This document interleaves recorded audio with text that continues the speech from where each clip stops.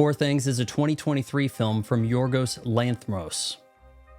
Am I saying that wrong? Set in a Pastel-Vernian world concerning Bella Baxter, a young woman who, as a victim of suicide, is brought back to life via brain transplant. It's being equated by lesser YouTubers to Frankenstein, perhaps because the early part of the film is in black and white.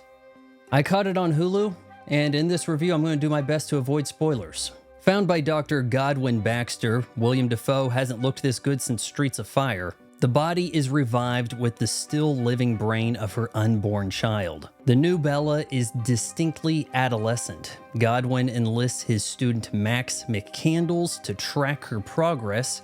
Before long, it is decided by God, as he's often called in the film, that the two are in love and should marry. On drawing up a prenup, lawyer Duncan Wedderburn takes a liking to Bella and convinces her to see the world first. This sets into motion a chain of events as the inquisitive Bella expands her knowledge with no net.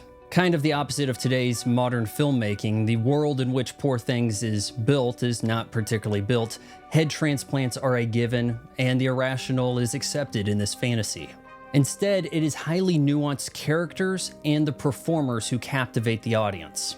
Emma Stone's Bella experiences an unprecedented dynamic range, displaying noticeable growth with each scene, be it her attitude, speech, or gait. It's a landmark performance for Stone. Bella's sexual awakening shifts the film into color, her quest for knowledge making her a deviant. See, the film is called Poor Things because Frankenhooker was taken. And you will grow tired of seeing Emma in the nude. Her pale thighs, the folds in her nipples, Stone is putting it all on the table. She's committed to the role. A strong performance and a shameless one are not mutually exclusive. We can recognize that she both owns the part of Bella and that we would not want our significant other partaking in this role.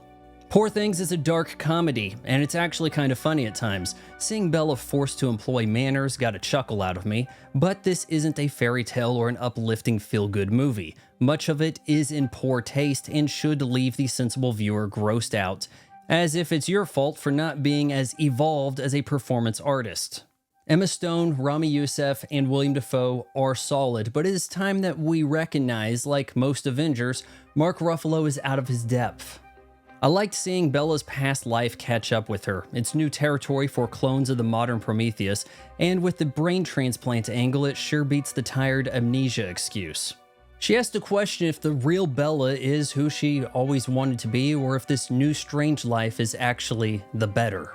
Obnoxious quirks abound, fisheye lens for the hell of it, necrophilia, desecrating a corpse, all make it seem as though Poor Things was made specifically for Jay Bauman. But Poor Things is an example where the sum exceeds the parts. Emma Stone has set out to prove that she is the actress of her generation. And for that, she's willing to forfeit dignity.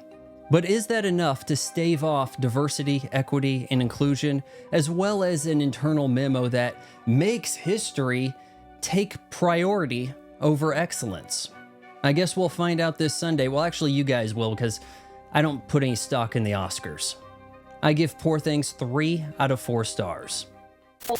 If you appreciate a YouTube channel that doesn't just pad out content to get to the 8-minute mark so that it can hammer you with ad breaks, then you should subscribe to my son's channel. You just got done watching it.